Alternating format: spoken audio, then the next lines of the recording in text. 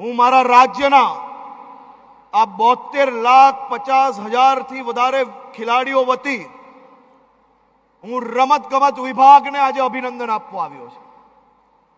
હું આપ સૌને વિનંતી કરું છું કે તાલીઓ વગાડીને આપણા રમતગમત વિભાગના અને બધા જ કોચને અભિનંદન આપીએ કે જેમને રાત દિવસ એક કરીને આ ટુર્નામેન્ટને સફળ બનાવવાનો પ્રયાસ કર્યો છે।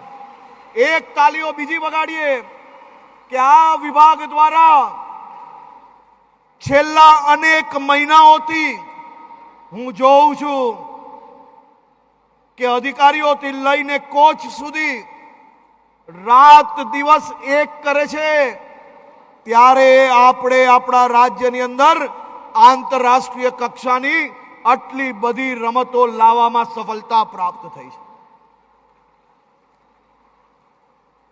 આખી ટીમને હું આજે ખૂબ ખૂબ અભિનંદન આપું છું।